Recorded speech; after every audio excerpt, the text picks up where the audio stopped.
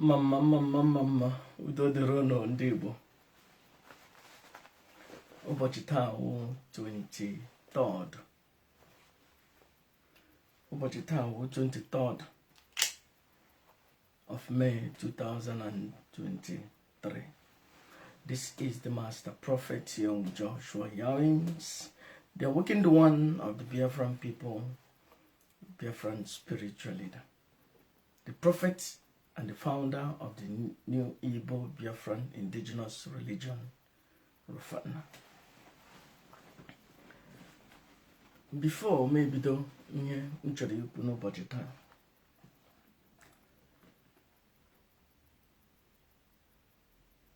I remember a story that happened years ago, 2016, either 16 or 17. During that time, I think it will be 16.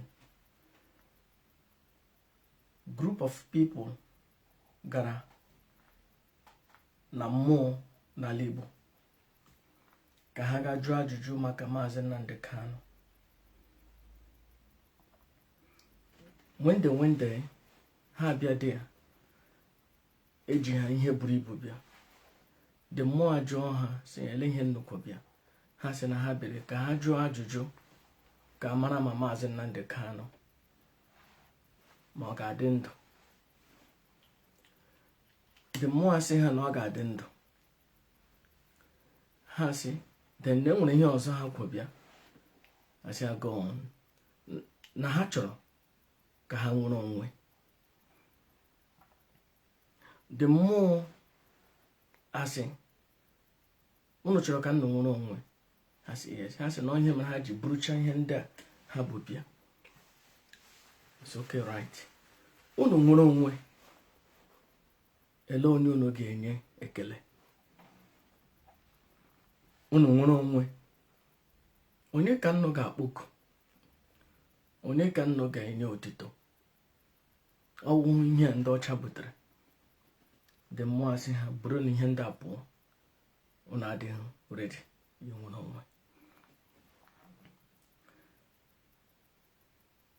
That was during the time Maazị Nnamdi Kanu was Nakandino. Anum na prophesy. This word abatam nanti, not knowing that that very time was when, by that time, Agabem Nadibia before. By that time, I won't money dibia. By that time, and when money any nwoke mwenye wani wonye wu dibia na onye wu na ordinala. That time I was on my own, channeling my energy by myself, because I put alarm from Aro Ndochabute, but still I have not fully away from your journey zumezu hanine. Mbom na prophesy na Maazị Nnamdi Kanu ga-apụta na ndụ na ahụ isi ike. Mbom na consecrate a prayer shawl njigara na prison. Ile anya the first prayer shawl Maazị Nnamdi Kanu yi consecrate ya si ya na ọ ga-apụta na ndụ na ahụ isi ike. Ile dị okpu n'isi ọ dara ya zụta ya bute ego consecrate ya send ya to prison. That time ka m nọ ihe I didn't understand it. Oh, years later, India GNA Kuku.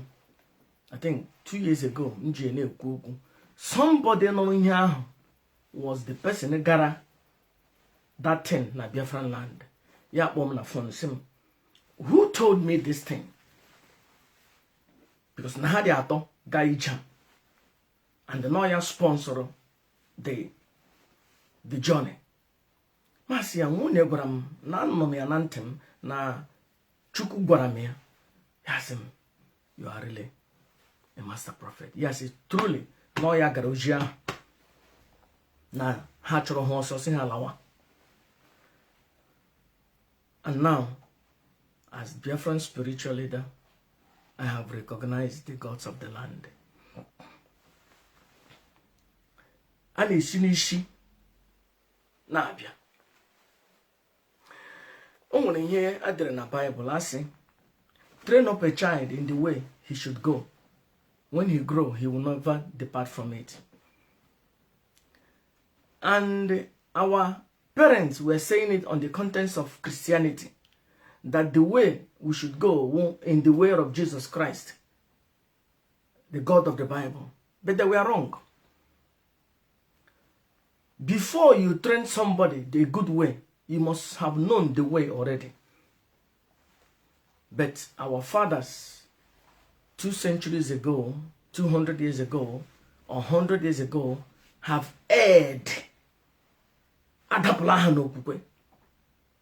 because of this stigma, because of this title on there. You know, I got church. I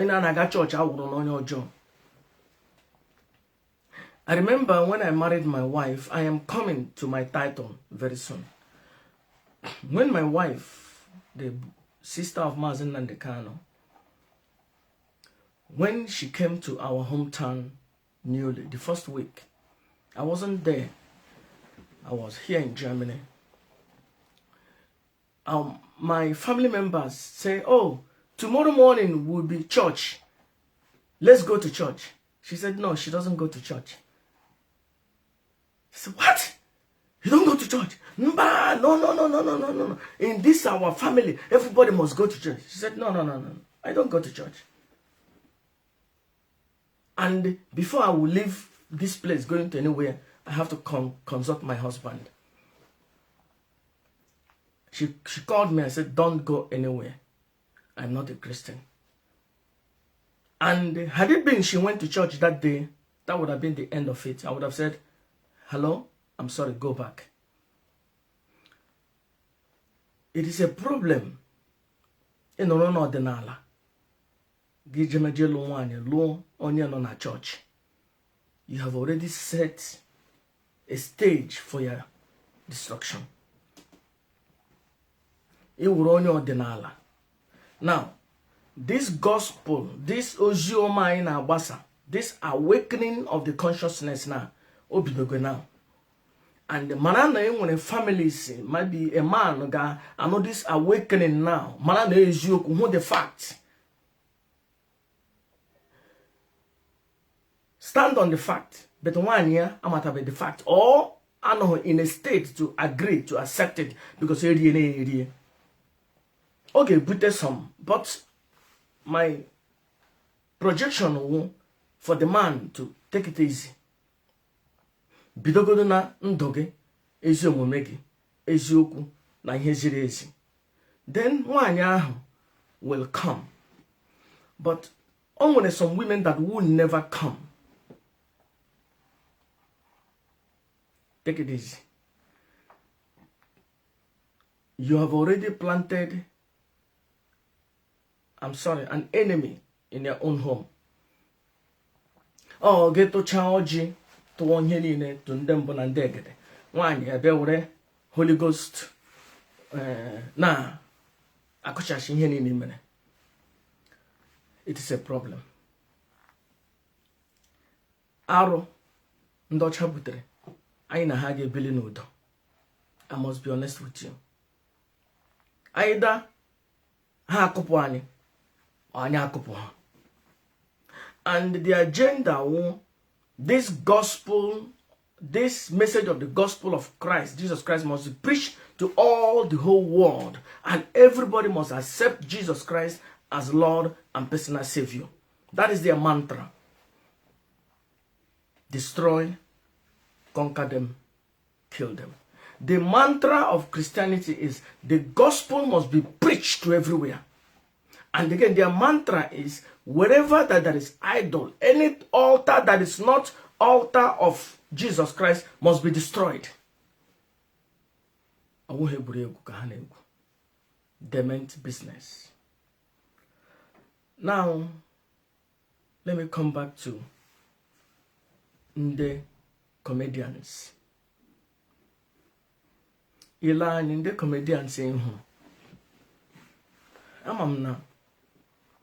Some of them na Biafran land and we you have to understand ọrụ anọghị n'ala Igbo, ọrụ anọghị na Nigeria. So ụmụnne anyị ewerezie creativity ha ewere Facebook atọ nọ eke ebido na awụ. You have to understand that ndị Igbo abuse anything, they abuse everything. Anything only Igbo hụ, okay, may abuse. You see the way they abused Christianity 20, 30 years ago, and now they're abusing it today. That is the way they started abusing Ordinala 1 year ago. 1 year ago, everybody, which one you mean, one one girl, yeah, so half skate, yeah, that Iganaho apatato queer. Yeah, what is nato. There was a lady on Ordinala, and I want Ordinala. When I have an appointment, Nangi in the night. Chuka dasem happier, no akona. Yeah. Moabia. Okay, nemmene bragwam sim no akona. Now happen what that lady. Just that when I have an appointment, Nangi kuku. Nemmene abia sim. Stay away from her, she's akona. Aruneme. And this awakening of the consciousness of our people, and women momentum. When the Biafran spiritual leader are awakened, accept ndembonandegede, ga olo, ga buru ofo ndembonandegede, buru ofo ndemmini di iche.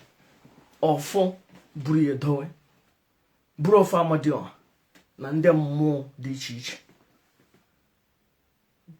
Or iji embrace na yes, ekperem na Chukwu,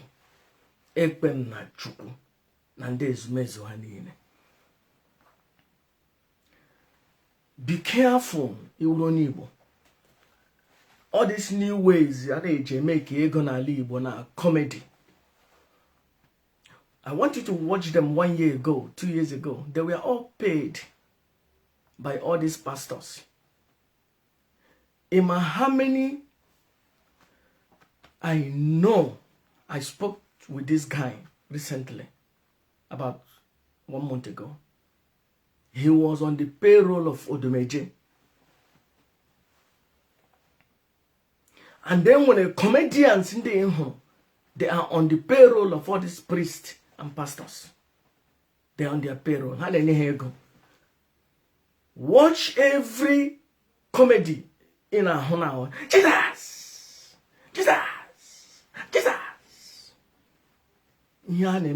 In a sheep, push here in the throat, in the consciousness, soul and consciousness of our people. Magapogan Jesus, Ganoyana comedy. That Jesus, Yaurona, only Dibia, Akoja. No. The reason the Dibia, Jihano Jesus, you went away how. They know that in here, no. Come on, don't talk that nonsense here. All the comedians, na comedy, na Lollywood, there's a name wapata, abo Jesus, only Dibia, Akoja, glass only Dibia, Abawashia. Yeah, one in the comedy and the Lollywood, Alibo, G. They push this mental slavery to our people. That is shoving it in their throats.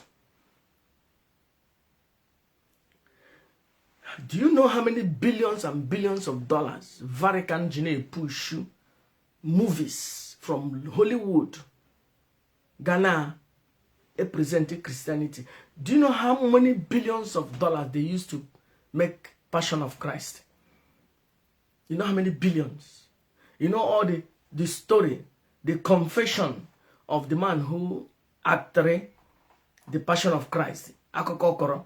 I can go watch the movie Passion of Christ. I watch him in Munich, here in Germany. I can Munich. I think na Leopold Street. I can watch a Passion of Christ. You know how many millions he tinye the thing to push away. These people have literally spent billions and billions and billions and billions of dollars to push this narrative going on in our mind, in our subconscious mind. So that anytime you know God wrong basra Jesus. On last Sunday, me and Divine Mother, we watched a movie about exorcism. He cast out demons, and it was about the church and a priest cast out a demon. And in that place that we are casting out a demon was an old temple before Christianity. That is old religion. They gathered all the members of all the religions and their high priests and their priests. So that means in that place. A haunted palace. Temple.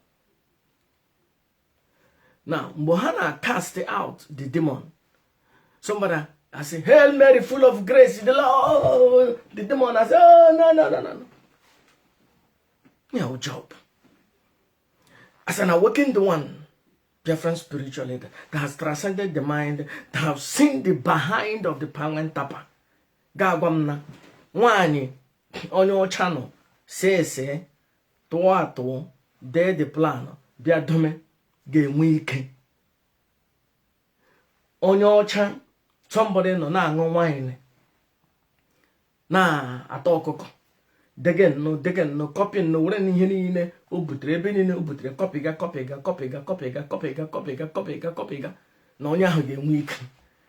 You cannot fool me. But remember, eji odiri ihe a rie m ọrụ for more than 30 years. But now I have transcended the mind. I have seen the behind of the Paiwan Tapa. Now, when I cast out the demon, the Beelzebel, that means the chief of the demon, Apata. And I actually cast the Yaju. Then the lady with the Hail Mary, full of grace, the Lord is with you. The demon Abalaga.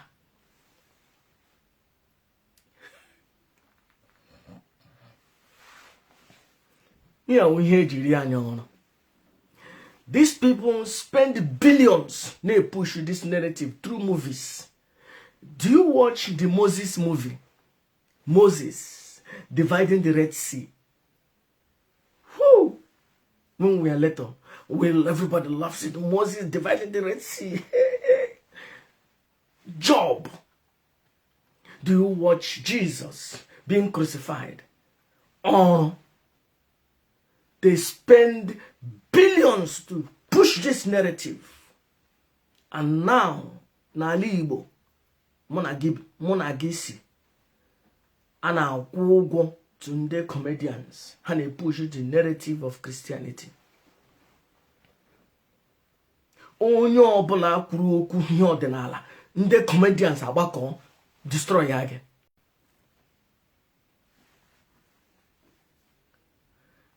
Today, I saw your mama Igbo.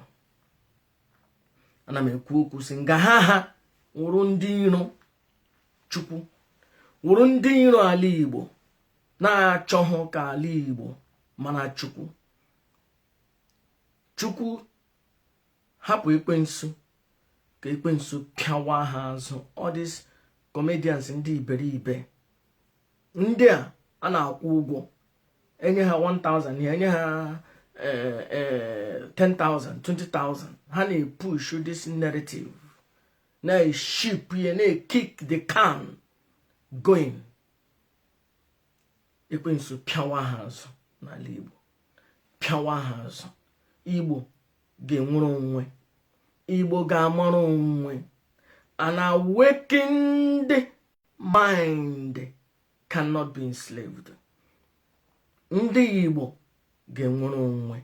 Ndị Igbo ga-amara onwe. Ndị Igbo ga-amara Chukwu. Chukwu ga-amara ha. Ihe ndị ọcha butere adịghị ike. Jesus adịghị ike. Ekwensu ala Igbo ka ya ike. Chukwu anyị kara aka kajara akaja. Ihe ndị ọcha butere, the God of the Bible adịghị ike. Chukwu anyị ka ya ike. Mary onye ọcha nwanyị na-ara nwoke ọzọ adịghị ike. Mami Wọta ka ya ike. Nne m Chukwu ka ya ike. This ihe anyị na-project is working. But enwere ndị nọ underground na-agba ya ụkwụ, na-agba ya ụkwụ, na-agba ya ụkwụ, na-agba ya ụkwụ, na-agba ya ụkwụ, na-achọ ha. Ị ma na Nnamdi Kanu, I think 3 years ago, the Supreme Commander, ama m ihe mere ni ya achọghị take on the Vatican. Maka anọ ha na Vatican na plot otu eji egbu ya. Ihe adịghị isi. Ihe adịghị fecha fecha. Maazị Nnamdi Kanu kwuru okwu gbasara inwere onwe nke ime mmụọ. Ọ ma na anyị agaghị nwere onwe unless ma anyị nwere onwe in our mind. Ya achọ take on this thing. Ebidoro na uchemefu a gbagide ya okwu, gbagide ya okwu, gbagide ya okwu, gbagide ya okwu. Maazị Nnamdi Kanu ajụ.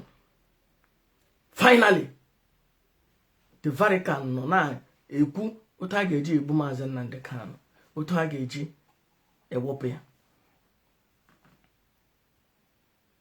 These people are na-egwu egwuregwu. Echebe ị ga-ahụ ndị priest ha sịrị uwe white. Yes, etie onye ihe hụrụ na-eme otu a ga-akpọ phone, kpọọ ya phone, ọ ya wonye ga-eme ga eliminate. A ga-asị instead ị ga-destroy ihe Jesu Kristi dọwere ka ha wepụ gị.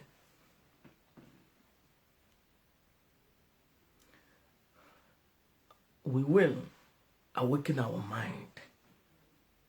An awakened mind cannot be enslaved. Ịmara onwe ga-enwere onwe. Ịmara Chukwu, Chukwu amara gị.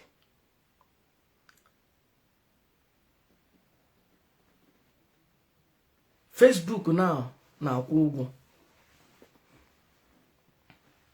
Till today, enwetebe m 10 kobo from Facebook.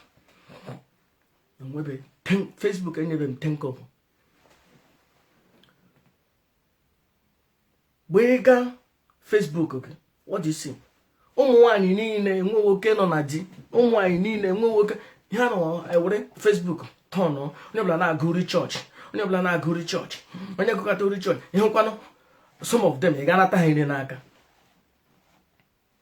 That is, he file na otu ha eji harị tata. No wonder ndị di ha na-eji hapụ ha na-aga akpụrụ ụmụ nwanyị ọzọ. Idome nwanyị n'ime ụlọ, ọ ga at least ya ihe ahụ gị batawa ya emegicha. Yesterday ahụrụ m 2 or 3 nle ha anya. That is, ya dị ka eshi n'ime olulu gụpụta ha. Ha na-agụ Chukwu Jesus dị ebube he. Ile anya 400 people na-ege. A na-ege because of uri ọ na-agụ.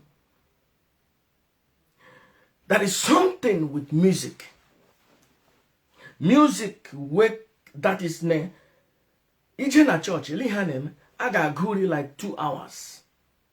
Pastor may preaching for 30 minutes, church machine. Because ihe apụje nga ha awụhụ the preaching pastor name, ọ dị uri a ga-agụ. Uri na-ebulite mmụọ. Bastardization of our Chukwu. All these comedians hụrụ na uri ha ni na-ageti Jesus egene ha ntị, egezina ha, delete ha, block on ha. Because here a sub message can send into your mind. You don't know. I don't know. Na America, I don't know. Na Hollywood, I don't know. And they send the sub messages again. Uburugena aga into a different frequency. Ndibo, manano chuku, manano mwe, agwono na Agrika. Anyị ga-apụ from Babylon. Uri Bob Marley, coming out of Babylon. You know, we must come out of Babylon. Anyị ga-apụta from arụ ndị ọcha butere n'ala anyị. Na ezumezu ha niile. Ndị Igbo ga-apụta nọ nwere onwe nke ime mmụọ. O nwere a guy kpọrọ m the other day, 2 weeks ago, from Germany. Ọ sị m na nwaanyị ya bi na Nigeria. Mgbe ya hụrụ my teachings na anya mmiri gbara ya, na ya gwala nwaanyị ya about the teachings. Ọ ga-asị ya, no, blood of Jesus, hey, na onye antichrist. If you are listening to me, gị na nwaanyị ga-ejikwala ihe eko okwu. Ejikwala ihe eko okwu. Because onye kpatara nkụ ahụhụ aya kpọrọ ngwere. Ya wuru na ewu nwoke na-alụbe nwaanyị. And this awakening thing, consciousness, the awakening of the consciousness abatawala gị n'uche. In a watch the master prophet, manana eno inside the fire. Echi elu nwaanyị. If you know any woman you may engage already, think twice. From now, we are the process. Enwe nwaanyị ọbụla ikpere nkwa ịlụ na Biafran land, gbagbuo that process. Make sure na uche nọ na ihe ọdịnala. Because ga-emeghe ya, ga-lụọ ya, gị na-akpọ ndị mbụ ya na-akpọ pastor. Gị na-akpọ Chukwu okike na ndị mmiri na ndị ezumezu ha na mmụọ nọ n'ala nna gị, ị na-atụrụ ha ọjị, nwaanyị anọ nọ n'ime ụlọ gị na-abind ancestor gị. And ya amụtazie gị nwa nwoke, that means ya eche na ya ji gị ndụ. Ụmụ nwaanyị mụtara ana nwa nwoke, ha eche na ha jizi di ha ndụ. So ha emerezie ihe ọbụla sọrọ ha che na ha ji gị ndụ. Enwe nwaanyị ọbụla ị chọrọ ịlụ, onye gị nwaanyị ime na invest. Every time ya na-agụrụ gị uri church, every time ya na-agụrụ gị church, hold break, alọkwala ya. Tụmara ya ọrụ ndị a, the awakening of the consciousness, ịmara onwe na inwere onwe. Ya achọghị ya, hapụ ya, chọrọ onye ọzọ dị sincere ịnụ n'ọdịnala na omenala.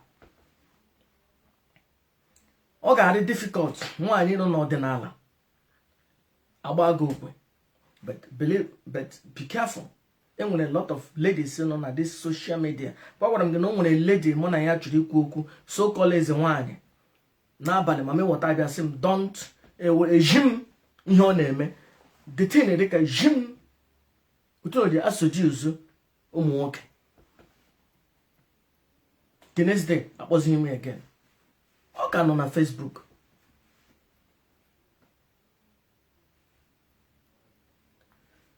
So be very careful. We are having momentum. Our gospel is moving. Our gospel ga na-aga n'ihu. Anyị ga-enwere onwe nke ime mmụọ. Anyị ga-ele enyi onye Igbo ọbụla ewere na chain onye n'ụbụrụ, were bad luck je luck onye, were kiye jedome na Vatican ọ na Canterbury. Mgbe nwoke dịka gị ewere na bad luck o brain gị were kiye jedowe na Canterbury, ele ihe ọzọ ị nwere ime n'elu ụwa. That means you are not your own. Oh, ihe a religion mpage kpọgara gị, mpage transcend the mind, mpage ọhụrụ the behind of the power and tapa. Ele onye kọrọ na mpage na nne gị story ekpukpere arụ onye kọrọ na ha onye ọcha ele otu iji chee na onye ọcha gburu gịnị gburu nna nna gị ha buru mmanụ gị enslavuru gị ga-ebutere nne gị ihe ọma eluigwe wụrụ ebe a na-eje nweta ya biskit na chingom na ụmụ anyị mara mma iche na ndị ọcha ga-eme introduce ndị Igbo ndị ojii to that place. No. I want you to go and watch a movie I know one time in America about slaves in America. Ndị ọcha ga-anọ na chọọchị ndị ojii anọ n'ebe ọzọ na-ekwu ukwe ọkwa ihe edere na Paul dere sị no Jews and no Gentiles, no master and no slave. That means the masters kwesịrị ịnọ in one place with their slaves and they preach na ha ihe ndị. No, but the slaves nọ na-eji mmiri na-ama ha, the masters nọ n'ime. Okay, mana na country nọ n'ime ya na Germany wee ebe ndị ọcha niile mere meeting no mee meeting divide ya Africa niile onye were ebe ha divide ya divide China onye ọbụla eburu horse jeme onye ọbụla eburu army jeme ha eje rape anyị they rape us and rip us off.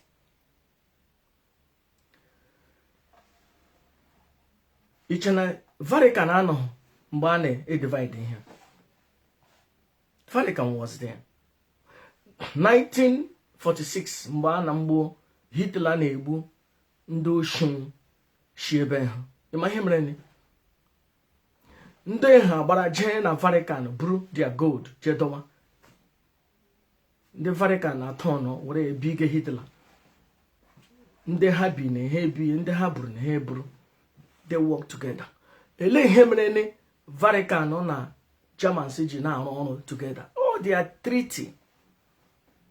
When they had treaty long time ago, no Vatican they in charge of the civilized world. Or Vatican. Or the Roman army. The Roman army and who here was the Pope. And the Ndocha bi na akụkụ Palestine. Ana ahụ ha as ụmụ God. Ana ahụ ha asị ndị ọcha ha kpọrọ na jee ọgụ. Ha alawazie ndị ka ihe duru nga ahụ na-ekele m ihe na-awụ ha. So ihe mere n'ile anya most of the anya Vatican alike ndị ọcha ahụ bi ebe ha. Because ndị ọcha ahụ bi ebe ha na-akpọ ụmụ onwe ha ụmụ God, the children of God. So iwe na-ewe Vatican because Vatican moteji create ihe niile. Ọrụ niile erige all along. All na Vatican ka anọ. All na Roman Senate ka anọ na-create ihe niile.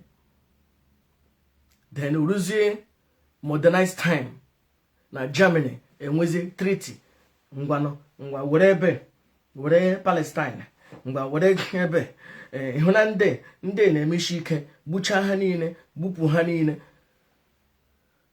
Ụmụnna ọnwa arụ fụ onye Igbo isi na ya wụ a Catholic na ya wụ Roman Catholic Church.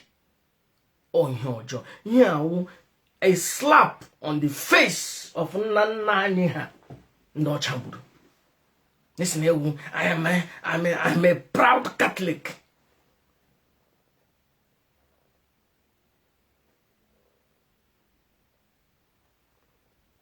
Anyị ga-enwere onwe mụ na onwe m awụ m mmiri nshi gba m ihe ọbụla ị laikiri. Ịhụ na ndị Igbo anyị ga-enwere onwe anyị ga-amara Chukwu anyị ga-alaghachite Chukwu. O nwere ihe m kwuru mgbe asị m nwoke ọwụ naanị ụmụ nwoke na-ege m ịwụrụ nwaanyị nwoke chere ịlụ ya wụ na ọ matabe Chukwu ya wụ na ọwụghị onye ọdịnala. Think twice. Chọrọ onye ọdịnala. Otu m ji kwuo ya n'ụmụ nwoke otu njikwa ya na ụmụ nwanyị because ọ ga-awụ ihe ọ ga-ebute ọgụ na mgba in the near future maka anyị na ndị a ga-ebi n'udo. Ọ ga-esi anyị n'aka ọ ga-esi ha n'aka because the only thing ha mawu igbu ọchụ. Ele ndị bidoro igbu ọchụ n'ụwa ọwụ ndị ojii, ọ ndị ọcha bidoro igbu ọchụ, wipe out entire village, mee ha enslaved, nye ha a new mental slavery in them. Ọ ndị ọcha butere ya. And anytime ịhụ create another parish n'ala Igbo ọbụla, ihe ha bịa nga ahụ ka ha bịa wipe out ọdịnala na omenala that community. And that Catholic priest ga-ahụ na ihu agbara o ihu mmụọ nọ na that village na ya ga-etake over. Oh, ka anyị rụọ ọnụ student, ka arụ community school, Vatican ewepụtala ego ka arụ community school, anyị nidere ala neto na anyị ebe ahụ ihu agbara ahụ nọ, ebe ahụ osisi niile na ebe ahụ adịcha mma, ọ dị so crowded, ọ dị so dirty, biko neto anyị small ka arụchacha ya ka enwe ike rụọ school for ụmụ nwanyị or school for motherless babies home.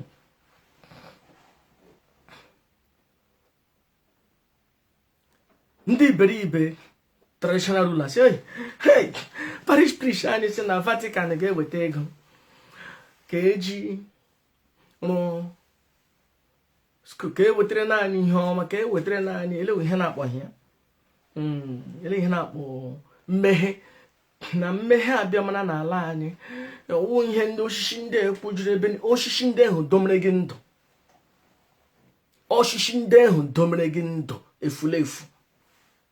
Ị ga-ahụ abịazi ihu agbara ebe eritu osisi ndị egbujito na ya ihe niile ngwanụ ele otu fada ewere ihe okwute tụọ lekwe ebe ya chọrọ ruo na isi ukwu osisi ukwu hụrụ nga ahụ a ga-egbudebudo ọma ihe omeniri ọ na osisi hụwụ nga mmụọ ọnụ ọ chọrọ ka egbuda ya and egbujara ala dị me na osisi mmụọ ọnụ fada ewerechana ala niile before 5 or 6 years ala ahụ Catholic Church ewere na gbaa ya fence.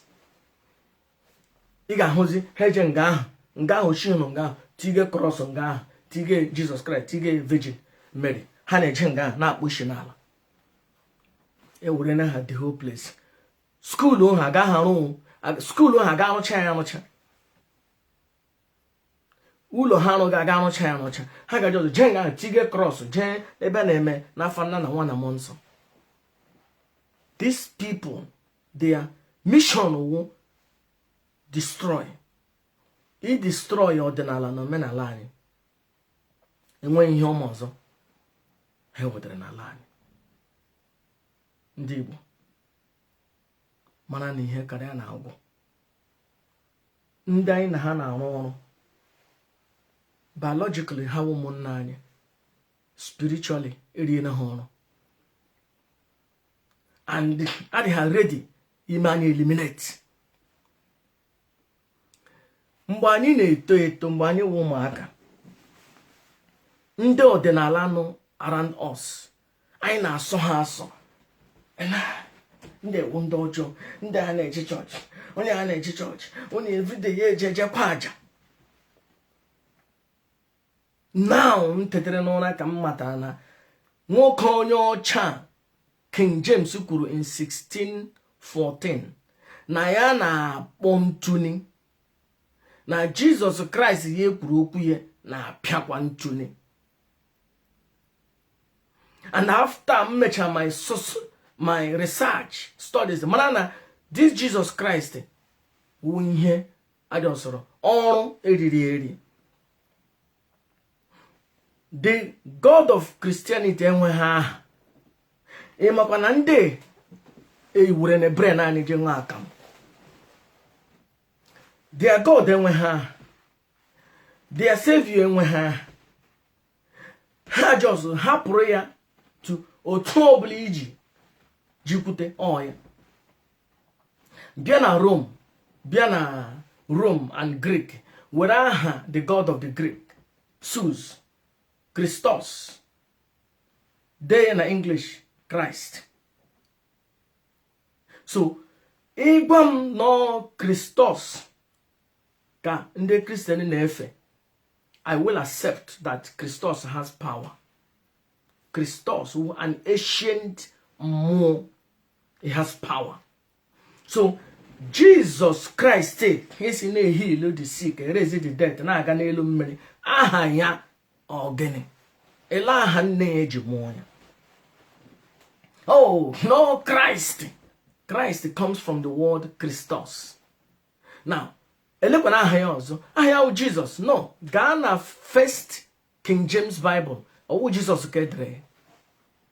King James Bible, the first one, the first edition. Lema or Jesus kedre. Le spelling or Jesus. Or the New King James Bible, he got Jesus. One day Bible in the Catholic Church in the use before 1611. Jele Jesus ano name. Jesus Christ ano name.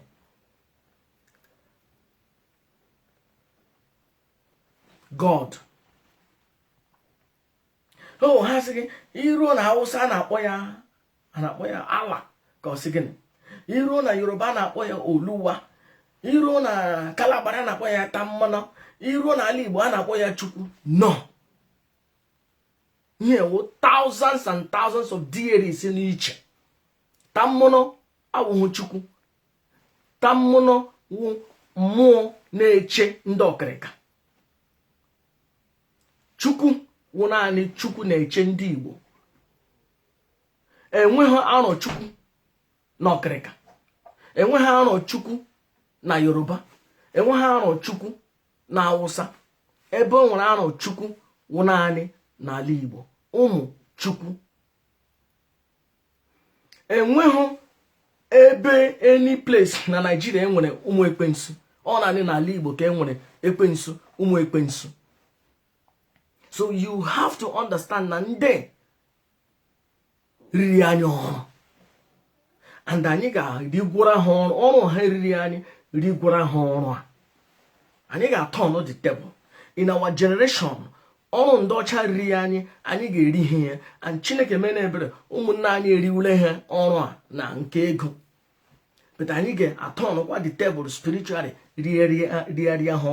by not allowing us to be fooled by somebody guguri akpọ Chukwu ga wuli melu Chukwu okpara Chukwu gị na aṅụrị na akụrie. Don't play those songs. It doesn't matter how the songs are. Ịhụrụ ana no a Christian kọrọ ya akpọ Chukwu kpọọ okpara Chukwu were that song lufuo ya. Only one old man na-agụ some music. Adịghị ike Chukwu anyị ka ike. Ndị Christian werezie ihe nwoke ọdịnala mege werezie ya tige na church. You see how these people use everything to their own advantage. Amami matter that man, one elderly man, eme wroji to chọọchị to ogu to ihe niile na-agụ uri na-epraise mmụọ nọ n'ala anyị.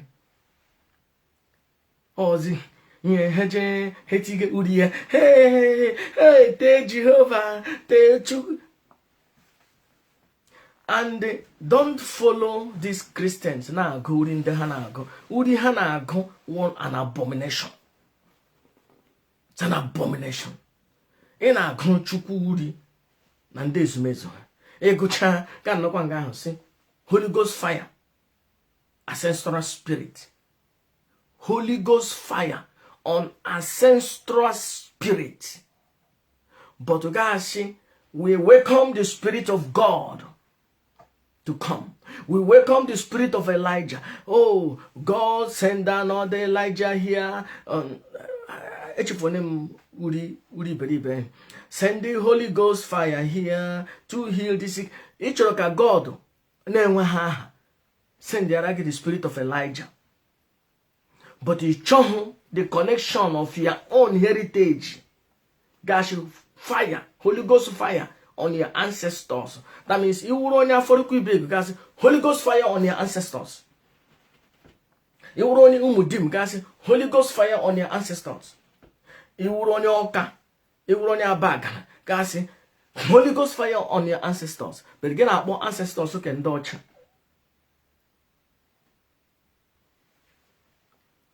Am I making sense here? So you praise Chukwu, but Holy Ghost fire on the ancestors. Chukwu, oh ya wanine. I am not going to play into the hand of the slave master. Agam na akpozie Chukwu okike. Because this so-called inclusive, ecumenical, oh, we serve one Almighty God. No, we don't serve one Almighty God. No, I don't. The awakened one don't recognize any one Almighty God. That one Almighty God can kiss my behind. Okay? Here we hear Julian. Oh, we all serve one Almighty God. So you all serve one Almighty God. Geje uroshishi mo nezumezu gabudan. We serve one Almighty God. Geshi Europe bia bucha nna anyị ha buru ihe niile buru agụishi lawa ebulo gị dowere n'anya arụ. Chukwu is not the Almighty God. Chukwu is the Igbo God, the God that's in charge towards the Igbo people alone. So remove Almighty Chukwu. Remove Chukwu, the Almighty God. Just remove that Almighty God. Chukwu is the God of the Igbos. Period.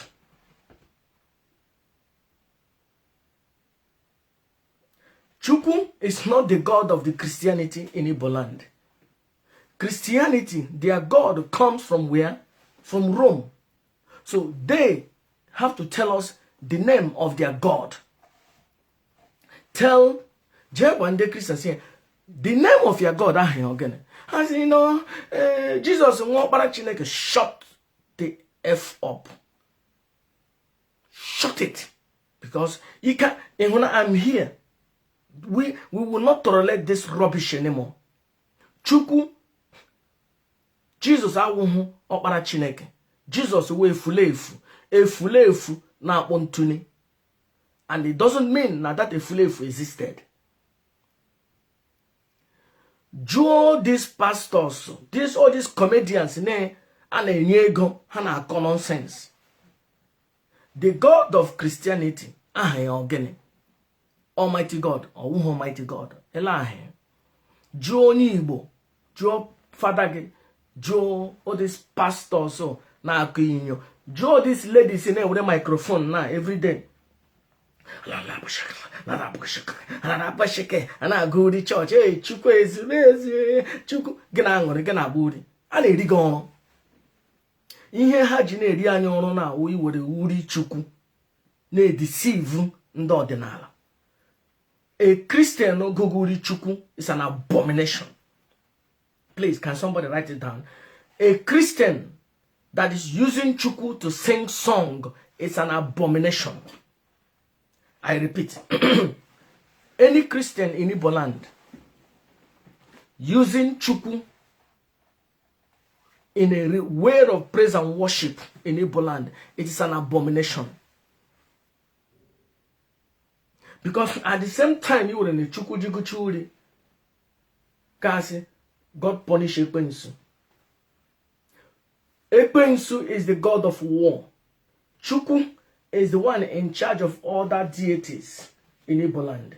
Chukwu is in charge of Amajoha. Chukwu is in charge of Kamalozos. Chukwu is in charge of Udo. Chukwu is in charge of Nem Chukwu. Hanine no under Chukwu. They work together. This is a zume zumo nine. Only dibi obala before I mean, hey, Chukwu age kelowa. Owu Chukwu kerowa. But I ne feel na igano katagasi no fe. Negi sira de mma. E potala before guys, hey, mma. Even ofo bola magishiri. Yeah, gara chasham shaka. One you give me a show of a guy na of Adam, but the magi no blushiri get ready. The Igbos, we are contented We are so happy with Chukwu that we say Chukwu is everything to us. We don't care. We don't give an F whatever is out there. We don't care whatever is out there. Chukwu ka ihe niile. Chukwu bụ ihe niile. Chukwu pụrụ ime ihe niile for us, for me.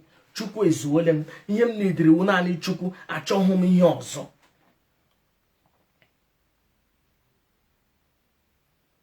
Do you understand? But don't fall into the hand of the slave masters for you to translate it in English. Never translate this understanding in English.